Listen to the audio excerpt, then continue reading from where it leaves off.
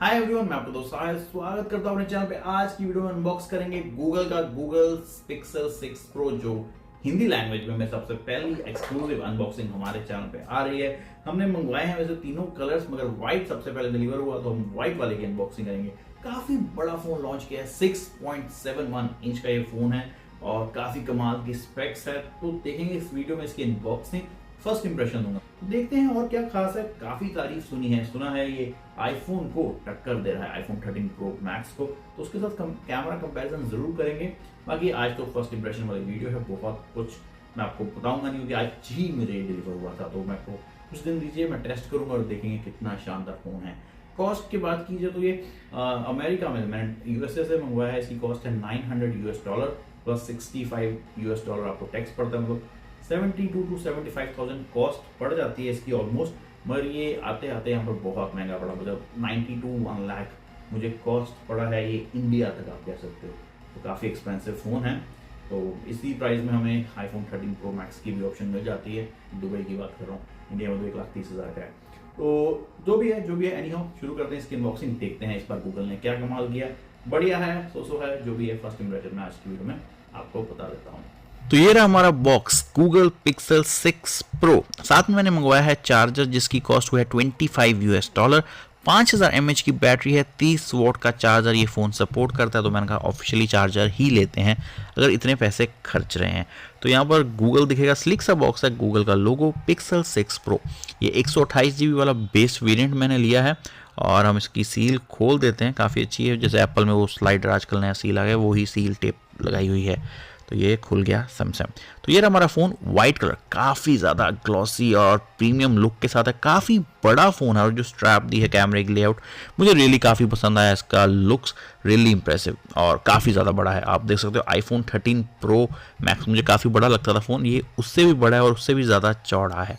बाकी आगे कंपैरिजन करेंगे। और ये इसका वाइट पेपर उतार देते हैं, एप्पल में भी आता है। मेरा पहला गूगल का फ़ोन है तो ये मेरा फर्स्ट एक्सपीरियंस है, फर्स्ट इंप्रेशन होगा।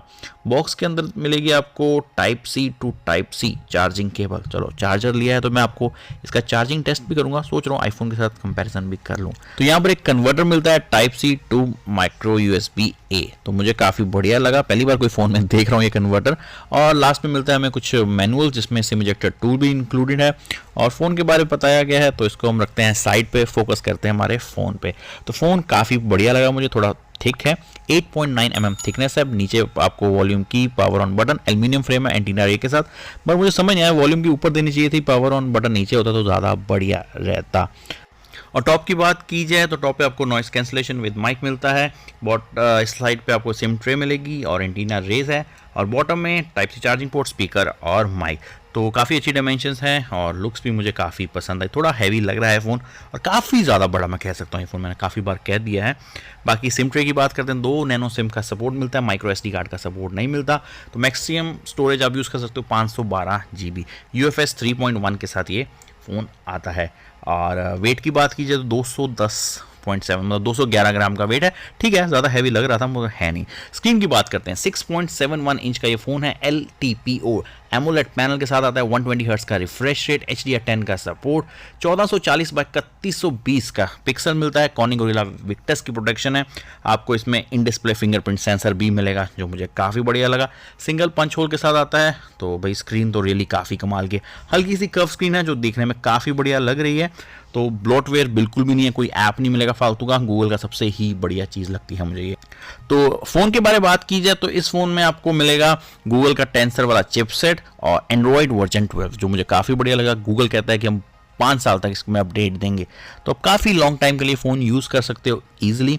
और चिपसेट की बात कीजिए तो सैमसंग के साथ मिलकर गूगल ने ये चिपसेट लॉन्च किया गया है। गूगल टेंसर 5nm बेस्ड है, 5G चिपसेट है।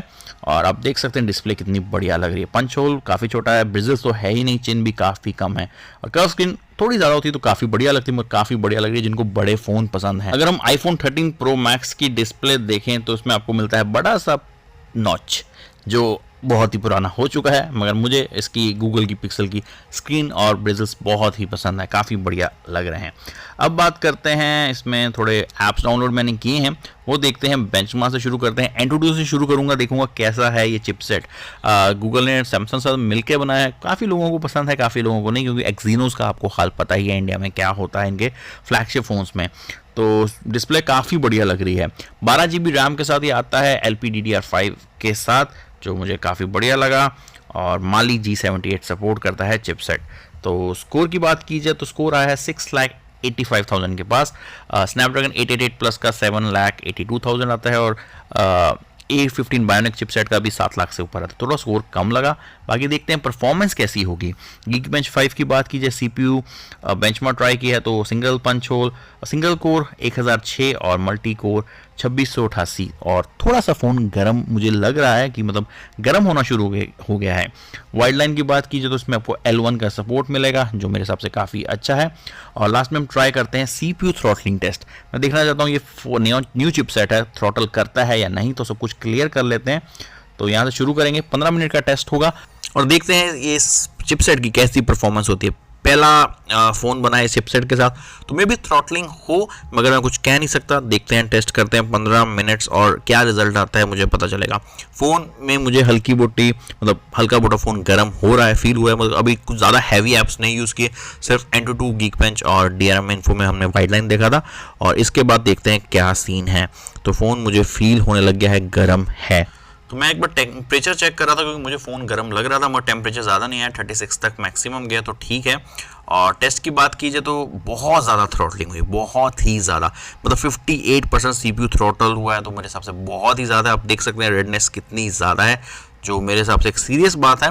बाकी ये है, नया फ़ोन है अभी, तो शायद अपकमिंग अपडेट्स में पता चलेगा। बाकी मैं और टेस्ट भी करूँगा, उसमें हमें क्लियरली पता चल जाएगा। अब फ़ोन की डिस्प्ले के बारे में देखते हैं, एक वीडियो चलाते हैं 4K में और देखते हैं कैसी स्क्रीन डिस्प्ले दी गई है। इसमें आपको LTPO एमोलेड पैनल मिलता है, HDR10 प्लस का सपोर्ट है, 1440 बाय 3120 का रेजोल्यूशन है, जो काफ़ी बढ़िया। ब्रिजल्स बहुत छोटे हैं, चिन काफ़ी छोटा है, और बड़ी स्क्रीन में मतलब आपको अगर मूवीज़ देखने का शौक है तो ये काफ़ी बढ़िया लगेगी।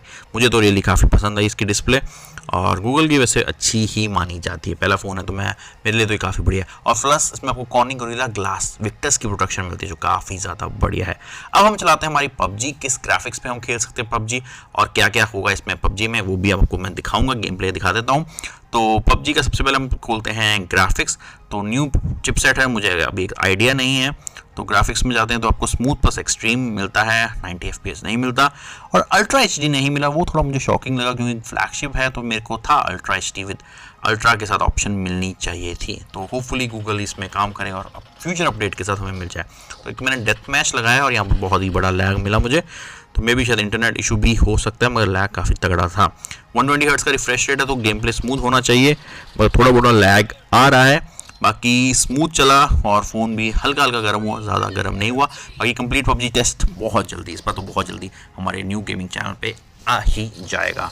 तो यहाँ पर हमें एक किल और मिल गई। चलो, अब ये किल कुल का तो मैं नहीं कुछ कहूँगा, नॉर्मली मैं चेक कर रहा हूँ कि कितना बढ़िया गेम प्ले जाता है इस मैच में। बाकी अगर आप ट्रिगर्स यूज़ करते हो तो थोड़ा बहुत आपको ट्रिगर यूज़ करने में थोड़ी प्रॉब्लम आ सकती है, क्योंकि जो इसका कैमरा लेआउट है वो काफ़ी बड़ी स्ट्रिप है, मतलब बम्प काफ़ी बड़ा है, तो मुझे थोड़ा प्रॉब्लम हुई थी ये ट्रिगर्स लगाने के लिए। विदाउट ट्रिगर्स खेलते तो कोई इशू वाली बात नहीं है, वैसे ही जनरल स्टेक में मैंने बात की। तो गेम प्ले काफ़ी अच्छा गया, बहुत स्मूथ परफॉर्मेंस रही थी, और मुझे बिल्कुल भी लैग, हल्का मोटा स्टार्टिंग में जो लैग मिला वो मिला। अब बात करते हैं इस फ़ोन के कैमरे की, जो बहुत खास है। 50 मेगापिक्सल का मेन कैमरा दिया गया है, OIS सपोर्ट मिलता है f1.9 एपर्चर के साथ, 48 मेगापिक्सल का टेलीपोटो मिलता है, इसमें भी OIS का सपोर्ट है, 4x optical zoom, f3.5 aperture, और 12 मेगापिक्सल का अल्ट्रा वाइड लेंस मिलता है f2.2 एपर्चर के साथ। फ्रंट कैमरे की बात की तो फ्रंट कैमरा आपको मिलता है 11 मेगापिक्सल का f2.2 एपर्चर के साथ, और जो अल्ट्रा वाइड एंगल के साथ आता है। मैंने कुछ शॉट्स लिए थे जो मुझे रियली काफ़ी पसंद आया। Camera really Google pixel 6 pro का काफ़ी ज़्यादा पसंद आया। मैंने इसके साथ ये पिक्चर्स आईफोन 13 प्रो के साथ ली थी, 13 प्रो मैक्स के साथ। मैंने अपने ट्विटर पे भी डाली है, अगर आप फॉलो करते नहीं हो तो वहाँ कर सकते हो, वहाँ पर मैं मोस्टली ऐसे कंपेरिजन डालता रहता हूँ। तो मुझे पिक्चर्स रियली काफ़ी ज़्यादा अच्छी लगी इस फ़ोन की। और आपको कैसी लगी आप मुझे कमेंट बॉक्स में ज़रूर डालिए। एक डिटेल कैमरा रिव्यू मैं जल्दी करूँगा अपने चैनल पर, और हम देखेंगे आईफोन 13 प्रो मैक्स या फिर सोनी एक्सपीरिया 1 3 या फिर हमारा गूगल पिक्सल 6 प्रो, किसका बढ़िया है वो जल्दी पता चल जाएगा। अब बात करते हैं इसके स्पीकर के। इसमें आपको मिलता है स्टीरियो स्पीकर का सपोर्ट, तो एक बार आवाज सुन लेते हैं।